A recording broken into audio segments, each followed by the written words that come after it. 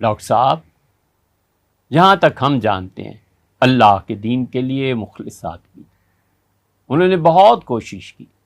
جرأت کا نام ہے دیوبند والے، عالی مقام ہے دیوبند والے۔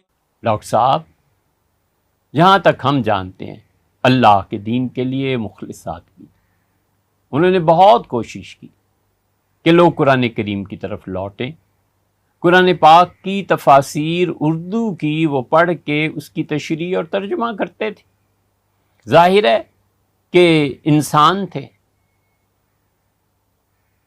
اور ان کا اخلاص اور ان کا قرآن کریم سے تعلق یہ کسی شبے سے بالا تر ہے۔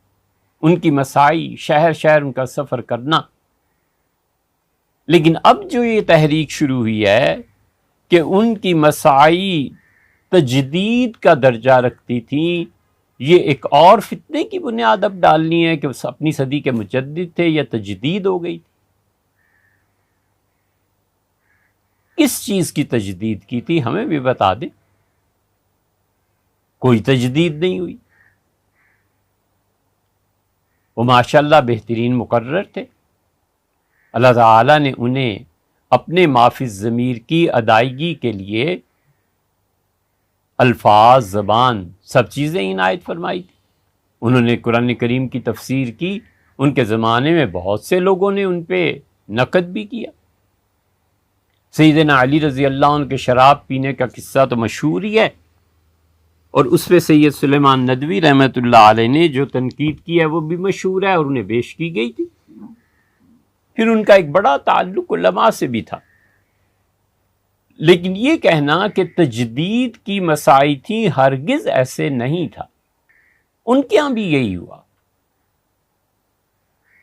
بجائے اس کے کہ وہ نظام تعلیم پر محنت کرتے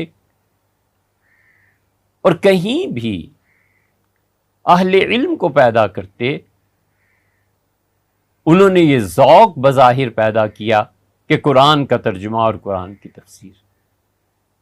اب جن لوگوں نے انہیں سن رکھا ہے، اور سننے والے بھی ماشاءاللہ کوئی تھوڑے نہیں تھے، 10-10 ہزار کا مجمع ہوتا تھا ڈاکٹر صاحب جو سننے کے لیے۔ یہ الگ بات ہے کہ وہ مردوں سے بات کر رہے ہوتے تھے، ان میں 10% بھی زندہ آدمی موجود ہوتے نا تو اس ملک میں کچھ نہ کچھ ہو چکا ہوتا۔ ڈاکٹر صاحب ہمارے یہاں تشریف لاتے تھے کبھی کبھی، چائے وغیرہ جو چیزیں ہو سکتی،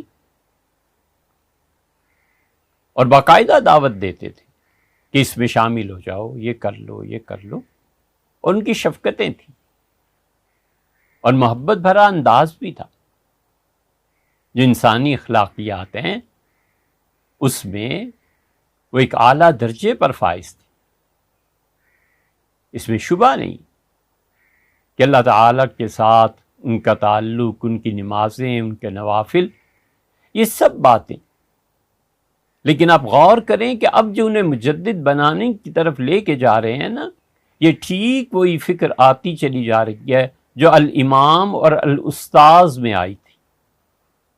الامام اور الاستاذ وہ ایک پورا طبقہ ہے جو امام حسین علی صاحب رحمۃ اللہ علیہ کو امام حسین علی صاحب رحمۃ اللہ علیہ کہتے تھے کہ وہ اپنے وقت کے امام تھے۔ یہ ایک پورا دوسرا طبقہ ہے جو ڈاکٹر صاحب کے متعلق کہتے ہیں کہ اپنے دور کے امام تھے۔ ایک اور بھی طبقہ ہے جو مولانا حمید الدین فراحی رحمۃ اللہ علیہ کے متعلق الاستاذ الامام، پھر مولانا امین حسن اصلاحی صاحب الاستاذ الامام، پھر اب موجودہ دور حاضر میں جناب جاوید احمد غامدی صاحب الاستاذ الامام۔